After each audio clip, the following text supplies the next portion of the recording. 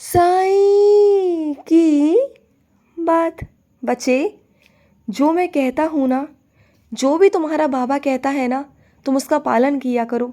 तुम जो मैं कहता हूँ ना, वो ना करके तुम कुछ और करते हो, इस वजह से दिक्कत आती है, परेशानी आती है मेरे बच्चे। तो जो भी मैं कहता हूँ ना, मेरे कहे का पालन किया करो, सुना करो मेरे बच्चे। तुम देखना कि कितना बदलाव होगा चीज़ों के अंदर, तुम देखना। और सुनो, तुम्हें नींद नहीं आती ना, नींद से बहुत परेशान होना, तो सुनो मेरी बात को। रात को सोने से पहले अपने माथे पर उदी का तिलक लगाया करो। उदी का तिलक लगाओगे ना तो तुम्हें बहुत अच्छी नींद आएगी। मैं आऊँगा तुम्हारे स्वप्न में, मैं बैठूँगा तुम्हारे पास आकर, तुम्हारे सर पर हाथ रखूँगा मेरे बच्चे, और तुझे सुलाऊँगा, तुझे मैं सुलाऊँगा। तेरी ये नींद की बीमारी दूर करूँगा मेरे बच्चे। तुझे बहुत अच्छे से नींद आएगी, तो बिल्कुल चिंता मत करना। तुम्हारा बाबा है ना, मैं सब कुछ ठीक कर दूँगा। और सुनो, तुम चाहते हो ना कि तुम्हारे रिश्ते जैसे पहले थे वैसे ही हो जाए, है ना? तो एक काम करना, उन रिश्तों से दोबारा से मिलने की कोशिश करो। मिलो उनसे, बात करो उनसे, उनसे सारी गलतफहमी दूर करने की कोशिश करो। क्योंकि अगर तुम भी नहीं करोगे ना तो वो भी नहीं करेंगे, क्योंकि उनके अंदर भी ना बहुत अनक है। ऐसा नहीं कि वो तुमसे प्यार नहीं करते, प्यार करते हैं, लेकिन अनक है मेरे बच्चे। तो जाने दो ना, तुम किसी की अनक को कम नहीं कर सकते, लेकिन तुम झुक सकते हो, क्योंकि तुम मेरे बच्चे हो। और साईं के बच्चे हमेशा झुकते हैं, हमेशा नीचे होकर चलते हैं। तो तुम झुक जाओ, कोई बात नहीं ना। तुम उनसे माफ़ी मांग लो और कह दो कि जो भी कुछ हुआ उन बातों को भूल कर ज़िंदगी में आगे बढ़े। तुम्हारा वो बहुत प्यारा रिश्ता है मेरे बच्चे, इसलिए तुम्हें समझा रहा हूँ कि ऐसे लोगों को ज़िंदगी में खो मत मेरे बच्चे। हाँ, उनके अंदर थोड़ी सी कमियाँ हैं, लेकिन वो बहुत प्यारे हैं तुम्हारे लिए बहुत अच्छे हैं मेरे बच्चे। और सुनो, तुम्हें किसने कह दिया कि गंगा में नहाने से ना तुम्हारे सारे पाप धुल जाएंगे, मन के सारे पाप, तुम्हारे कर्मों के सारे पाप धुल जाएंगे? ऐसा किसने कहा मेरे बच्चे? ऐसा कुछ भी नहीं है। गंगा में नहाने से तुम्हारे शरीर धुल सकता है, तुम्हारे मन नहीं, तुम्हारे मन के विचार नहीं, तुम्हारे मन के अंदर छुपे पाप नहीं, लालच नहीं मेरे बच्चे, बिल्कुल भी नहीं। तुम ये सब कुछ करके अपने आप को धोखा दे रहे हो, तो ये सब करने से कुछ नहीं होगा। तुम एक के बाद एक गलतियां करते जा रहे हो, पाप कर रहे हो, और जहाँ तुम जा रहे हो ना, क्या मेरी नज़र वहाँ नहीं कि जहाँ तुम जाते हो, क्या मैं वहाँ तक नहीं पहुँच पा रहा? क्या मैं देख नहीं पा रहा मेरे बच्चे कि तुम कहाँ जाते हो, क्या खाते हो, क्या करते हो? क्या मैं नहीं देख पा रहा? मुझे सब मालूम है मेरे बच्चे। मैं सर्वव्यापी हूँ और मुझसे कभी कुछ छुपा नहीं मेरे बच्चे। आज तक मुझसे कुछ भी नहीं छुपा, कुछ भी। तुम्हारा पिछला जन्म, तुम्हारा अगला जन्म, तुम्हारा ये जन्म, तुम्हारे कर्म, कुछ भी नहीं मेरे बच्चे। मुझे एक एक चीज़ों की खबर है कि तुम्हारी ज़िंदगी में क्या चल रहा है, तो तुम मुझे ऐसे ही मत समझो।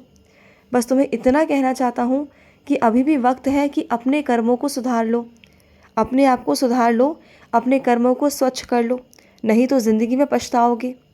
फिर मत कहना कि बाबा आपने समझाया नहीं। तुम्हें आखिरी बार चेतावनी दे रहा हूँ मेरे बच्चे। अगर इस बार तुम नहीं समझे, नहीं तुमने अपने आप को ढाला सही चीज़ों में, तो फिर देख लेना कि इस बार मैं क्या करता हूँ। फिर मत कहना कि बाबा आपने ये क्या कर दिया। फिर मुझसे कोई शिकायत मत करना, फिर मुझसे कुछ कहना मत। देख लेना, मैं आखिरी बार बोल रहा हूँ तुम्हें। और सुनो, दूसरों के विषयों में बोलना बंद कर दो मेरे बच्चे। दूसरों के विषय में इतना मत बोलो। जब तक कोई पसंद ही ना करे, तुम्हें अपने विषय में बताना ना चाहे, तो तुम क्यों बीच में घुसकर ये सब बातें करना चाहते हो? मत करो ये सब चीज़ें, मत जाओ किसी के भी अंदर, मत किसी के विषय में बोलो मेरे बच्चे। कल को कोई तुम्हारी बेइज्जती कर दे कि तुम क्यों बोल रहे हो, तो फिर क्या करोगे? और ऐसा तुम्हारे साथ पहले भी हो चुका है ना। तो मत जाओ मेरे बच्चे। अपनी इज़्ज़त अपने हाथ में होती है, तो अपनी इज़्ज़त को अपने हाथ में रखो। और सुनो, जो तुमने अपने दरवाजे पर मेरी तस्वीर टांग रखी है ना, उस तस्वीर को ना तुम बाहर की तरफ से मत लगाओ मेरे बच्चे, क्योंकि मैं दुनिया के लिए नहीं हूँ। ये बात तुम भी जानते हो और मैं भी जानता हूँ। मैं दुनिया के लिए नहीं हूँ। तुम तस्वीर लगाओ अपने दरवाजे के अंदर की तरफ से। जैसे ही तुम बाहर जाओ ना, तो तुम्हें मेरे दर्शन हो, और जैसे ही घर के अंदर आओ तो दरवाज़ा बंद करते समय तुम्हें मेरे दर्शन हो। मैं सिर्फ तुम्हें दर्शन देना चाहता हूँ, तुम्हारी नज़रों के सामने रहना चाहता हूँ, ना कि किसी और के सामने। क्योंकि जो बच्चे मुझे जानते नहीं, पहचानते नहीं, उनके सामने आकर मैं क्या ही करूँ मेरे बच्चे। और कुछ तो ऐसे हैं जान पूछकर मुझे देखकर मुंह मोड़ लेते हैं। वो बहुत ज़्यादा वहम करते हैं, वो अलग तरह के बच्चे होते हैं। तो ऐसे बच्चों के सामने मैं आना भी नहीं चाहता। जो मेरे बच्चे मुझसे बहुत प्यार करते हैं ना, मैं उन्हीं के साथ रहना चाहता हूँ। तो तुम ना ऐसा करो जैसा मैं तुमसे कह रहा हूँ।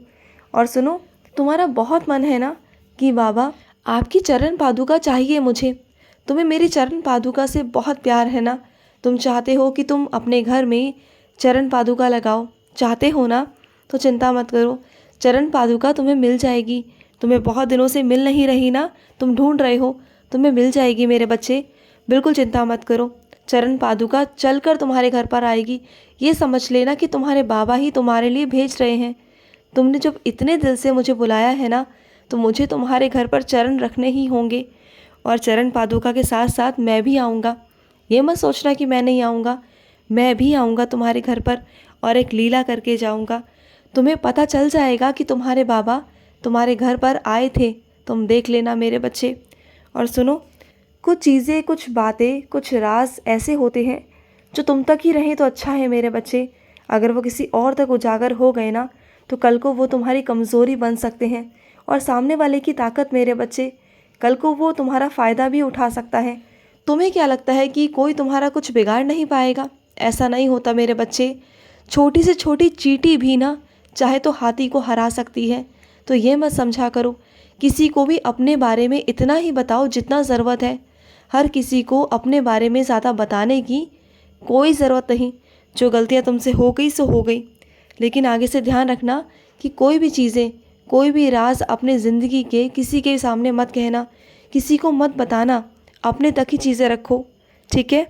और सुनो, जो तुम्हारे दस्तावेज़ बिखरे पड़े हैं ना इधर से उधर, उन्हें पहले इकट्ठा करो और एक जगह पर रखो मेरे बच्चे। तुमने हर जगह पर वो बिखेर के रखे हुए हैं और तुम जानते हो कि वो कितने कीमती हैं। उसमें से कुछ दस्तावेज़ ऐसे हैं जो बहुत कीमती हैं, जिनके कारण तुम्हें बहुत कुछ मिला भी है। और अगर वो खो गए ना, तो उस कारण वो छिन भी सकता है। इस बात को तुम्हें ध्यान रखना होगा। उन कागज़ातों को इकट्ठा करो और एक जगह रखो, समझ रहे हो ना। और सुनो, मेरे कुछ बच्चे ऐसे हैं जिनका मन अति चंचल है। चंचल नहीं कहूँगा, अति चंचल कहूँगा, क्योंकि एक सेकंड में तो इधर, एक सेकंड में उधर। पता नहीं तुम कैसे चलते हो मेरे बच्चे। इतना चंचल है तुम्हारा मन, इतना चंचल है कि तुम्हारे मन को स्थिर करना बहुत मुश्किल है।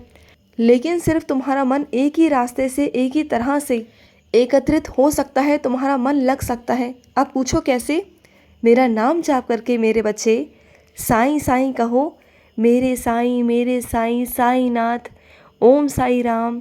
जो तुम्हें अच्छा लगता हो, जो भी मंत्र तुम्हें भाता हो ना, तुम वो मंत्र बोला करो मेरे बच्चे। देखना तुम्हारा मन जो चंचल है ना, वो एकचित होना शुरू हो जाएगा। तुम्हारा मन भटकता है ना, तुम्हारा मन भटकना बंद हो जाएगा मेरे बच्चे, तुम देखना। और सुनो, तुम ना मेरा स्मरण करना शुरू कर दो और साथ ही साथ स्तवन मंजरी भी करना शुरू कर दो। स्तवन मंजरी करोगे ना, तो देखना तुम्हारी सारी परेशानियां ख़त्म हो जाएंगी। तुम देखना कि कैसे चुटकियों में ना मैं तुम्हारी सारी परेशानियों को ख़त्म कर दूंगा। और सुनो, तुम लोन लेना चाह रहे हो और लोन तुम्हें नहीं मिल रहा है ना, मत हो परेशान। तुम्हें लोन मिल जाएगा, तुम्हारा रुका हुआ काम हो जाएगा। अगले हफ्ते तक तुम्हें वो लोन मिल जाएगा और तुम अपने सारे काम कर पाओगे। तुम बिल्कुल चिंता मत करो। दिया तुम्हें आशीर्वाद मेरे बच्चे, आशीर्वाद चाह रहे थे, आशीर्वाद दे दिया। अब तो खुश हो, अब तो रोना बंद कर दो। अब तुम्हें लोन मिल जाएगा, ठीक है। खुश रहो, मेरा बहुत सारा प्यार। आज का रात्रि साई संदेश समाप्त हुआ।